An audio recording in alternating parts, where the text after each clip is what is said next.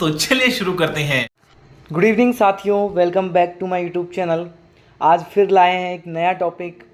आज हम बात करते हैं बीएससी नर्सिंग थर्ड सेमेस्टर और फोर्थ सेमेस्टर दोनों के लिए मोस्ट इम्पोर्टेंट हर साल आए हुए सवाल के बारे में। तो सबसे पहले शुरू करते हैं किसके बारे में, रूमेटिक फीवर के बारे में, कि रूमेटिक फीवर क्या होता है। अब मैं बात करता हूँ किसकी, रूमेटिक फीवर की। तो रूमेटिक फीवर, अगर इसके इंट्रो के बारे में अगर मैं बात करूँ तो सबसे पहले मैं देखता हूँ rheumatic fever is a multi system. हम एक एक पॉइंट कवर करेंगे यहाँ पे कि multi system inflammatory disease that delayed the complementary of untreated group of streptococcal pharyngitis. इसमें 3 पॉइंट बताए। सबसे पहले मैंने बताया मल्टी सिस्टम, सेकेंड पॉइंट मैंने बताया इन्फ्लामेटरी, एंड थर्ड पॉइंट मैं बताने जा रहा हूँ complementary, delayed complementary untreated group of pharyngitis. Intro को इस तरीके से बयां करो ताकि उस जगह उसमें एग्जामिनर की दृष्टि पड़े। मैं बात करता हूँ अब इसके डेफिनेशन के बारे में।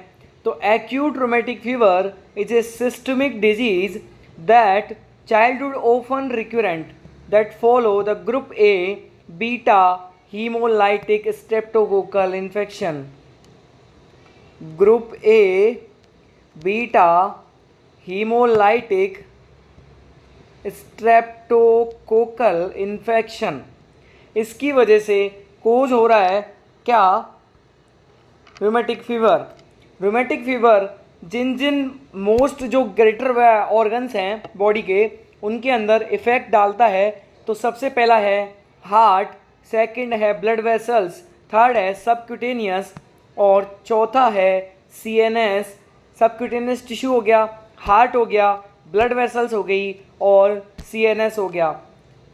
इसकी कॉमनेस्ट जो एज पाई जाती है वो मोस्ट ऑफ एज इसकी पाई जाती है 5 से 12 साल के अंदर, ये मोस्ट ऑफ हमको देखने को मिलता है। अब मैं बात करता हूँ इसके इटियोलॉजी के फैक्टर के बारे में कि इटियोलॉजिकल फैक्टर के बारे में क्या क्या बात आएंगी। तो सबसे पहला और मेन इफेक्टिव जो इटियोलॉजिकल फैक्टर है इसका, वो है group A beta haemolytic streptococcal infection या बैक्टीरिया। देन बात करता हूँ इसके लिए कि ये जेनेटिक हो सकता है, फैमिली हिस्ट्री इसकी हो सकती है।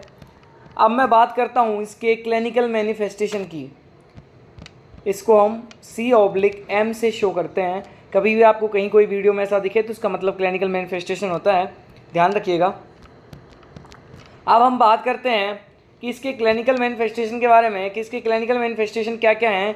इसके क्लिनिकल मैनिफेस्टेशन में क्या होगा कि अमेरिकन एसोसिएशन ऑफ इंस्टीट्यूट के अकॉर्डिंग और हमारा एक मोस्ट ऑफ और जाना पहचाना WHO वर्ल्ड हेल्थ ऑर्गेनाइजेशन के अकॉर्डिंग इसके 2 मेजर क्राइटेरियाज और 2 माइनर क्राइटेरियाज होते हैं, ध्यान रखिएगा इसको।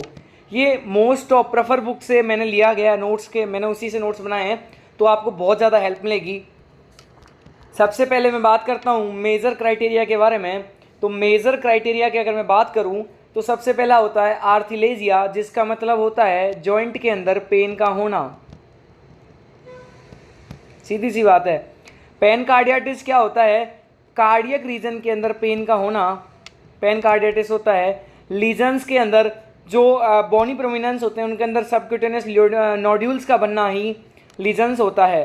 पॉलीआर्थराइटिस है, सबक्यूटेनियस नोड्यूल्स है, एरिथेमा मार्जिनेटम है, और अगला आता है सिदेनम कोरिया। ठीक है, अब मैं बात करता हूँ मैं सबसे पहले बात करता हूँ इसके माइनर क्राइटेरिया के बारे में कि जो माइनर क्राइटेरिया है उसके बारे में अगर मैं बात करूँ तो माइनर क्राइटेरिया में आएगा फीवर जो 101 से 103 डिग्री फ़ारेनहाइट, CRP प्रोटीन। अब सभी बच्चों को लग रहा होगा कि CRP क्या होती है। CRP होती है C रिएक्टिव प्रोटीन। अगर C रिएक्टिव प्रोटीन का बॉडी के अंदर अगर लेवल बढ़े तो ये साफ साफ इंडिकेट करती है कि बॉडी इन्फेक्शन से सफ़र कर रही है। बॉडी किससे सफ़र कर रही है? बॉडी इन्फेक्शन से सफ़र कर रही है। WBC का बढ़ जाना और जो ECG होगी, इलेक्ट्रोकार्डियोग्राम होगा, उसके अंदर जो PR इंटरवल होगा वो प्रोलॉन्ग हो जाएगा। अब मैं बात करता हूँ इसके सपोर्टिव जो माइनर मैनेजमेंट है, क्राइटेरिया है, विद लास्ट इन 45 डेज के अंदर ये स्टेबल हो जाता है। अब हम बात करते हैं इसके मेडिकल मैनेजमेंट के बारे में। तो आपको पता होगा कि फीवर है, रूमेटिक फीवर है, सीधी सी बात है, रूमेटिक फीवर है, तो हम इसको एडमिनिस्टर करेंगे क्या? एस्प्रिन एडमिनिस्टर करेंगे, NSAID देंगे, non steroidal anti inflammatory drugs देंगे, जो रिड्यूस करेगा इन्फेक्शन को और एलिवेट करेगा पेन को, एलिवेट करेगा किसको? पेन को। सेकंड मैं बात करता हूँ, एडमिनिस्टर करेंगे कॉर्टिकोस्टेरॉइड्स एंड एडमिनिस्टर करेंगे उसको एंटी कन्वल्जेंट, एंटीबायोटिक थेरेपी भी देंगे उसको हम, पेनिसिलिन है, एमॉक्सिसिलिन है। अब मैं बात करता हूँ इसके सर्जिकल मैनेजमेंट की। तो सर्जिकल मैनेजमेंट में मोस्ट ऑफ रूमेटिक फीवर के अंदर हम मिट्रल वॉल्व स्टीनोसिस करते हैं।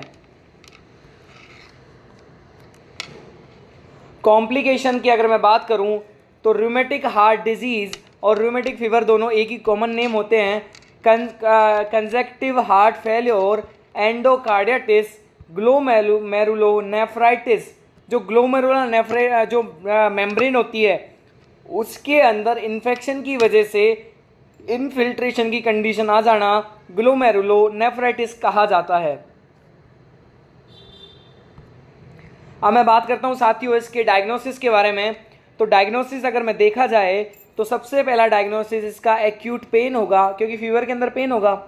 हाइपरथर्मिया इसका होगा, प्रिवेंट इंजरी है और रिस्क ऑफ इन्फेक्शन। इसके 4 नर्सिंग डायग्नोसिस हैं, और भी नर्सिंग डायग्नोसिस हम कोज के अकॉर्डिंग बना सकते हैं। अब नेक्स्ट मोस्ट इंपॉर्टेंट टॉपिक आता है हमारा लंग्स एब्सिस। इंट्रो अगर मैं बात करूं तो ये होता है कि localising area of the lungs parenchyma destruction, मतलब ये जो लंग्स पेरेन्काइमा का लोकलाइज एरिया है उसके अंदर डिस्ट्रक्शन होना स्टार्ट हो जाता है, उसे बोलते हैं लंग्स एब्सिस। अगर मैं बात करूं इसके डेफिनेशन की तो ये localise area of destruction of lungs parenchyma in which infection by the pyrogenic organism result in tissue necrosis. Lungs abscess is most prefer of tissue necrosis. मैं अब टाइप की बात करूं, इसके अंदर टाइप्स की अगर मैं बात की जाए तो टाइप्स के अंदर गाइस इसमें देखा जाएगा कि सबसे पहला प्राइमरी टाइप होता है, दूसरा सेकेंडरी होता है। प्राइमरी के अंदर तो क्या होता है, जो प्रीवियस हेल्दी पेशेंट है वो क्या करता है, रिस्क ऑफ एस्पिरेशन के उसके अंदर चांसेस बढ़ जाते हैं। सेकेंडरी की अगर मैं बात करूं तो ये एसोसिएट होता है ब्रोंकोजेनिक नियोप्लाज्म। नियोप्लाज्म का मतलब ही यहाँ कैंसर से है। नियोप्लाज्मिक सेल जो ग्रोथ कर रही है किसकी तरफ, कैंसर की तरफ। अब मैं बात करता हूँ इसके इटियोलॉजिकल फैक्टर के बारे में। तो नेक्रोटाइजिंग निमोनिया है, डेंटल पेरिडोंटल सेप्सिस है, पैरानेजल साइनस है, डिस्टर्बेंसेस स्वेलोइंग है, डिस्टर्बेंस हो जाएगा निगलने में, यूटीआई है, अपर रेस्पिरेटरी यूटीआई होगा, ठीक है, आईवी ड्रग एब्यूज़ होगा, पेल्विक सेप्सिस होगा और हीमोलाइटिक डिजीज़ होंगी, हेमेटोमा होगा, ठीक है। अब मैं इसके कोजेज़ के बारे में बात करता हूँ। तो कोजेज़ की अगर मैं बताई जाए कोजेज़ के बारे में, तो कोजेज़ के बारे में अगर हम बात की जाए तो सबसे पहले कोजेज़ में HIV इन्फेक्शन आएगा, एस्परजिलोसिस आएगा, बैक्टीरियल इन्फेक्शन हो सकता है, वायरल इन्फेक्शन हो सकता है, ये इसके कोजेज़ हैं। अब मैं इसकी पैथोफिजियोलॉजी की बात करता हूँ। ये पैथोफिजियोलॉजी आपको थोड़ी सी टफ लगेगी, मगर ये बहुत सही पैथोफिजियोलॉजी है लंग्स एब्सिस की। लंग्स एब्सिस की पैथोफिजियोलॉजी आप कहीं भी स्लाइड शेयर करके देखिएगा, बहुत ज़्यादा टफ दी गई है, आपको बिल्कुल समझ नहीं आएगी। इसलिए यहाँ समझा रहा हूँ तो थोड़ा ध्यानपूर्वक समझिएगा कि रिस्क फैक्टर या इटियोलॉजिकल फैक्टर इसके हैं, उनकी वजह से क्या होगा, एस्पिरेट करेंगे, एस्पिरेशन ऑफ निमोनिया जो डिस्टर्ब करेगा कॉन्शियसनेस को, जिसकी वजह से जिंजिवाइटिस होगा, जो पेरिडोंटियल सेप्सिस या पेरिडोंटल डिजीज़ बोलते हैं जिसको, उसकी वजह से कॉन्सोडाइलेशन ऑफ लंग्स होंगे, और उसकी वजह से क्या होगा कि destruction of the lungs parenchyma, और destruction of lungs parenchyma that is result of lung sepsis. अब इसके क्लिनिकल मैनिफेस्टेशन की बात करें तो फीवर है, कफ है, नोजिया है, वॉमिटिंग होगी, ब्रीदिंग डिफ़िकल्टी होगी, वेट लॉस होगा, प्लूरेसी होगी, चेस्ट पेन एंड एनीमिया होगा, और डायरिया होगा, हीमोलाइटिक इन्फेक्शन होगा, और डलनेस आएगी।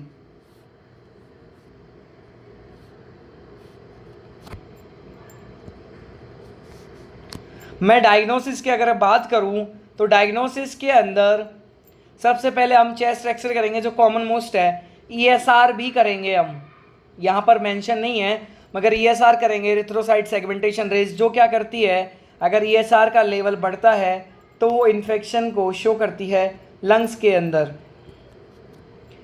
एएफबी करेंगे, एएफबी टेस्ट करेंगे, ग्राम स्टेनिंग करवाएंगे, ग्राम पॉजिटिव और ग्राम नेगेटिव की। फिर ब्रोंकोस्कोपी करेंगे हम, कल्चर मीडिया करेंगे और बायोप्सी करेंगे। अब मैं बात करता हूँ इसके मेडिकल मैनेजमेंट के बारे में। तो मेडिकल मैनेजमेंट की अगर मैं बात करूँ तो सबसे पहले मैं इसको दूंगा एमॉक्सिसिलिन, मेट्रिनिडाजोल 400 mg, पेनिसिलिन और क्लिंडामाइसिन।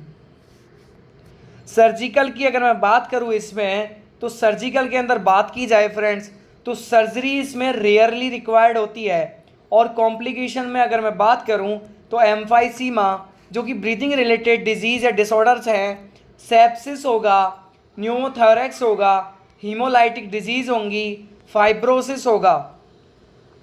और जैसा कि आपने पैथोफिजियोलॉजी के अंदर देखा ही था कि मैंने आपको बताया था, जो आपको डेफिनेशन में मैंने बताया था कि destruction of the lungs parenchyma A localise area that is result of lung sepsis. तो आप मेरी बात समझ ही गए होंगे। अब आप इन दो जो मैंने आपको डिसऑर्डर पढ़ाए हैं, डिजीजेस पढ़ाई हैं, ये इतनी इम्पोर्टेंट हैं कि हर बार इनसे एक ना एक क्वेश्चन ज़रूर आता है, ज़रूर आएगा। प्लीज़ आप पढ़कर जाइएगा, स्किप मत कीजिएगा वीडियो को। ये वीडियो मैंने आपके लिए बहुत मेहनत से ये नोट्स बनाए हैं, 3-4 बुक को प्रेफर करके तब जाके मैंने आपके लिए ये नोट्स बनाए हैं। तो प्लीज़ वीडियो को लास्ट तक देखिएगा, क्या पता आपकी ये वीडियो देखने का ही मीन्स आपके एग्ज़ाम में आपके अच्छे मार्क्स अचीव करने का जरिया बन जाए। तो मिलते हैं नेक्स्ट टॉपिक में, टॉपिक को लेकर। Thank you so much.